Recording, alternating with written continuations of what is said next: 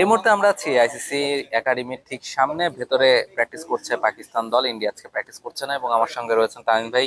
তিনি Times of Bangladesh থেকে Asia কাপটা কভার করতে এসেছেন। তামিম ভাই, আপনার সঙ্গে তো পুরো টুর্নামেন্টে নানা রকম আলোচনাই হলো। আহ, দর্শকরা বেশ পছন্দও করেছে আপনার বেশ কিছু আলোচনা।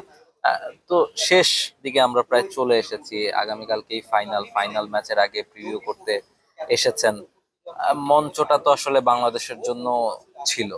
বাংলাদেশ ইন্ডিয়া ফাইনাল খেলবে, এটা আসলে একটা পর্যায়ে গিয়ে মনেই হচ্ছিল। এবং সেখান থেকে আসলে এখন পাকিস্তান ফাইনালে উঠলো এবং পাকিস্তানের প্র্যাকটিসটা কভার করছেন। কি মনে হয় যে, যদিও অ্যাজ এ জার্নালিস্ট আমাদের মনে হয় না খুব বেশি আক্ষেপ রাখার সুযোগ আছে, আমাদের কাজ ফাইনাল কভার করা, যেই খেলবে, বাট তারপরও একটা মনের মধ্যে কোনো একটা হতাশা নিয়ে দেশে ফিরবেন কিনা? সেটা তো অবশ্যই। রাহুল, প্রথমত এটা আমার দেশের বাইরে প্রথম অ্যাসাইনমেন্ট, তো এক্সাইটমেন্টটা আমারও কম ছিল না বাংলাদেশ টিমের মতো। ওদের স্বপ্ন পূরণে পাশে থাকতে পেরে আমরা গর্বিত। তখন ফিটনেস ক্যাম্প চলছিল যতদূর মনে হয় আমার, আপনিও সম্ভবত ছিলেন ওই প্রেস কনফারেন্সে। জাকের আলী বলছিলেন যে তারা এশিয়া কাপ চ্যাম্পিয়ন হতে যাচ্ছেন। তো তখন মনে হচ্ছিল যে না, টিমটা ভালো শেপে আছে। Month long fitness camp, skill camp, যাই বলুন না কেন, তারা কখনো ওই প্রস্তুতির ঘাটতিতে নিয়ে কথা বলে। তো সেখান থেকে বাংলাদেশের এরকম রেজাল্ট, এটা আসলে প্রথমত আমি যদি আমার জার্নালিস্ট সত্তাটা একটু সরিয়ে রাখি, ছোটবেলা থেকে তো ক্রিকেট দেখে বড় হয়েছে, ক্রিকেট ভালোবাসি বলেই তো এই জায়গায় বসে আছি আপনার সাথে। আদারওয়াইজ এটা হতো না। ওই যে ভিতরে যে ক্রিকেট ফ্যানটা স্টিল আমার ভেতরে আছে, সেটা একটু হতাশ, একটু না অনেকখানি হতাশ। এখানে প্রস্তুতির একটা বড় পার্ট তো ছিল ওই pro velocity bat Julian Watt. তিনি আসলেন, পাওয়ার হিটিং শেখালেন। নেদারল্যান্ডের সঙ্গে বেশ কিছু বড় ছয় বাংলাদেশের ব্যাটাররা মারলেন। তখন মনে হচ্ছিল যে পাওয়ার হিটিংটাকে আমরা নতুন করে শিখলাম কিনা। এরপর এশিয়া কাপে দেখে কি মনে হলো?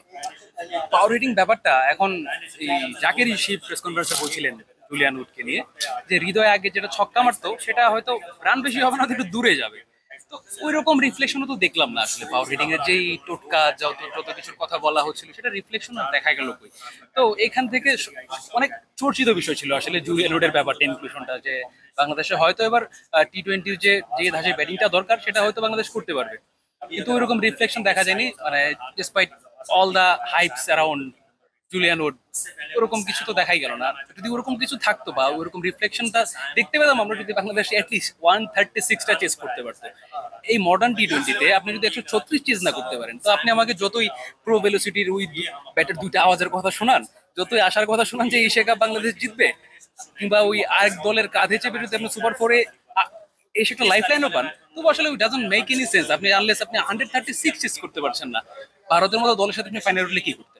এটা একটা আমাদের বিষয়। এখানে পাওয়ার হিটিং নিয়ে আসলে অনেক বেশি কথা হচ্ছে, বাট 136 রান চেস করতে তো আসলে পাওয়ার হিটিং এরও প্রয়োজন হয় না। বেসিক আপনি ক্রিকেটটা জাস্ট দেখবেন। নর্মাল ক্রিকেটটা খেলেন। একেবারেই ম্যাচটা ডিপে নিয়ে গেলে আসলে ওই ম্যাচ বোলারদের জন্য বের করা আসলে মোটামুটি ইম্পসিবল যে কোনো যে উইকেটে। কোনো উইকেট। বাংলাদেশের ব্যাটার আসলে একেবারে শুরু থেকেই তারা যখন ব্যাট করছিলেন মনে হচ্ছিল যে 180 বা 200 রানের টার্গেট তারা চেস করছে, এমন একটা তাড়াহুড়া তাদের মধ্যে ছিল। লিটন দাস ছিলেন না দুটো ম্যাচে, সেটার একটা প্রভাব দলের মধ্যে পড়েছে। শুধু তার ব্যাটিংটা তো না, তার ক্যাপ্টেন্সির জায়গাটাতে হুট করে জাকের আলী অনেককে ক্যাপ্টেন্সি দেওয়া হচ্ছে। যদিও জাকের বলছেন যে তাকে আগে থেকেই বলা হচ্ছিল, বাট টিমের অন্যরা কি সেটা জানতো কিনা, এটাও তো একটা গুরুত্বপূর্ণ প্রশ্ন। কারণ প্রত্যেকটা দলকে আমরা দেখেছি যে ভাইস ক্যাপ্টেন সেট করে রাখা হয়, ক্যাপ্টেন কোনো কারণে না খেলতে পারলে তিনি ক্যাপ্টেন্সি করবেন, লিড করবেন।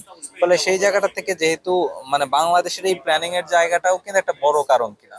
হ্যাঁ, আমার কাছে মনে হয় প্ল্যানিং এর একটা জায়গা। আপনি মাঠে ক্রিকেটে যদি দেখেন, সুপার লাস্ট দুটো ম্যাচ আপনি দেখেন ইন্ডিয়া আর পাকিস্তানের, ব্যাটিং দেখে মনে হয় না যে আসলে কোনো তাদের কোনো প্রপার প্ল্যান আছে।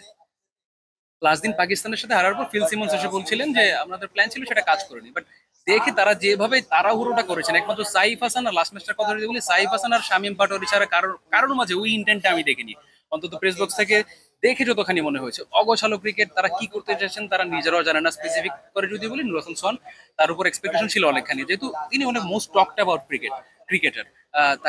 তাকে ঘিরে এক্সপেকটেশন ছিল যে তিনি হয়তো ক্যারিয়ার ফরওয়ার্ড করবেন। জাকের আলী অনেক, তিনিও আসলে হতাশ করেছেন। তাদের জন্য তো স্টেজটা সেট ছিল যে খুব বেশি রান তো লাগতো না। যদি 5 ওভার 10 ওভার করে টার্গেট করতো যে 5 ওভার আমি 50 রান তুলবো, পরের 5 ওভার আমি 50 রান তুলবো, ওইরকম করে যদি প্ল্যান করে আগাতো, সেক্ষেত্রে আমার মনে হয় যে 136 এই যুগে অন্তত, যেখানে অহরহ 200 হচ্ছে, 200 চেজও হচ্ছে।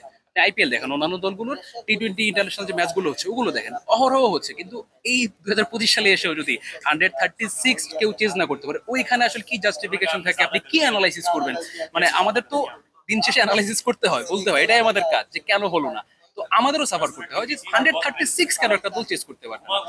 গিভেন তো অনেক কিছু হতে পারে, কিন্তু এটা কোনোভাবে জাস্টিফাইড না যে একটা দল 25 বছর ধরে টেস্ট ক্রিকেট খেলছে, এত ভালো প্রিপারেশন নিয়ে আসার পরেও কোনো প্রপার প্ল্যান থাকবে না, সেটা আর প্ল্যান যাই আছে সেটা কোনো এক্সিকিউশন থাকবে না। এটা আসলে খুবই হতাশাজনক ফ্যানদের জন্য বলেন, কিংবা আমরা যদি জার্নালিস্টিক পয়েন্ট অফ ভিউ থেকে বলি, সেটা আসলে হতাশাজনক।